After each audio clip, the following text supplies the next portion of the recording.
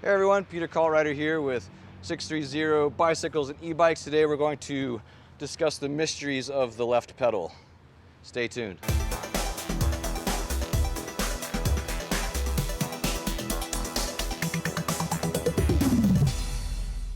All right everybody, like I said, like I promised you in the intro, we're going to delve into the mysteries of the enigmatic left pedal. Just got you, this is a right pedal. See? But how do I know which is my right pedal and which is my left pedal, and why is it important? I'm going to tell you right now. I'm going to give you all the facts really quickly, and then we'll delve into some of the pretty cool things about the left pedal that are kind of interesting, and you may not care about it or not, but anyway, the left pedal we can find out because it has a little sticker that says L on it, and the right pedal has a sticker that has R on it. If these fall off, the axles, some people also call these spindles. I want to get terminology out of the way because there will be some bike aficionados who want to argue about the difference between axle, spindle, and shaft, way beyond the scope. But these are also stamped with L and R, so you don't get them mixed up. And it's very important because the left pedal has reverse threads. Instead of going in righty-tighty like the right pedal, it's actually lefty-tighty. So you turn counterclockwise. Now another interesting thing is, what side of the bike is the left side? So unlike a boat, which has starboard and port to help you remember whether you're facing fore or aft, and you don't get mixed up, the bike doesn't have that, except that we can differentiate it by drive side or non-drive side, or the side with the chain and the side without the chain. So when you're sitting on the bike, the left side is on your left and the right side's on your right. Or you can think of it as the drive side is the right side and the non-drive side is the left side. All right. Now let's do some close-ups here, and then we'll get into some of the paradoxes and mysteries of why the left pedal is reverse threaded. Also a topic of hot debate and conversation amongst, really not the engineers that make the bikes, but people who like to talk about things on the internet. Here's the left pedal.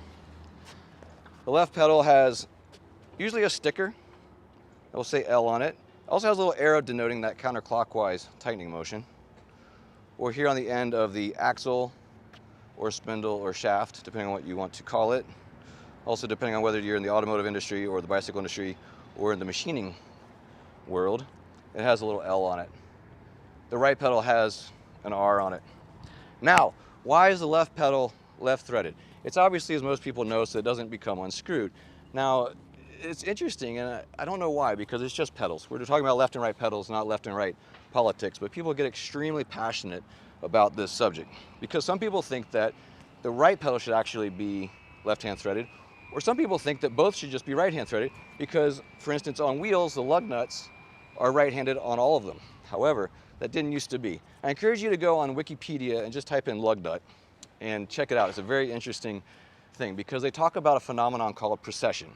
And I learned about this from Sheldon Brown. You can find all sorts of stuff about bikes from Sheldon Brown. But he says that the main reason is procession. And if you go onto the Wikipedia lug nut article, you'll find out that they also talk about procession. And I'll get into that in just a second. However, so back before around World War II or so, and I've witnessed this myself in a World War II Army Jeep, the lug nuts on the left wheels used to be reverse threaded. So you'd have to turn left to tighten it or right to loosen it. But then later on, about World War II or thereafter, a little bit after that, they started to make tapered lug nuts. So that canceled out the procession effect. Now, procession is a hard thing to kind of wrap your mind around. And what it is, Sheldon Brown, one second, let me get a little pen and I'll do a little Sheldon Brown demonstration. Let me see. Now this will work, the screwdriver here. It says that when you're rotating an object like this, when it's in this orbit, we'll call this the orbit, it's actually inside here, inside my right hand here, it's actually rotating in the opposite direction of the orbit.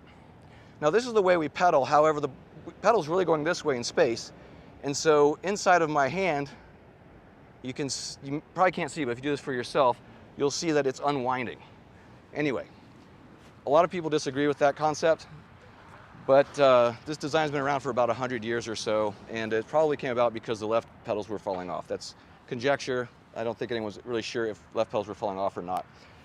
Another piece of lore that Sheldon Brown mentions is that it was actually the Wright brothers who invented the left-hand thread. I haven't seen any evidence for that, but I think it really adds to the enigma of the left pedal. So thank you very much. I hope that was helpful. Just remember, lefty tighty. All right, thanks for watching. I really hope that was helpful.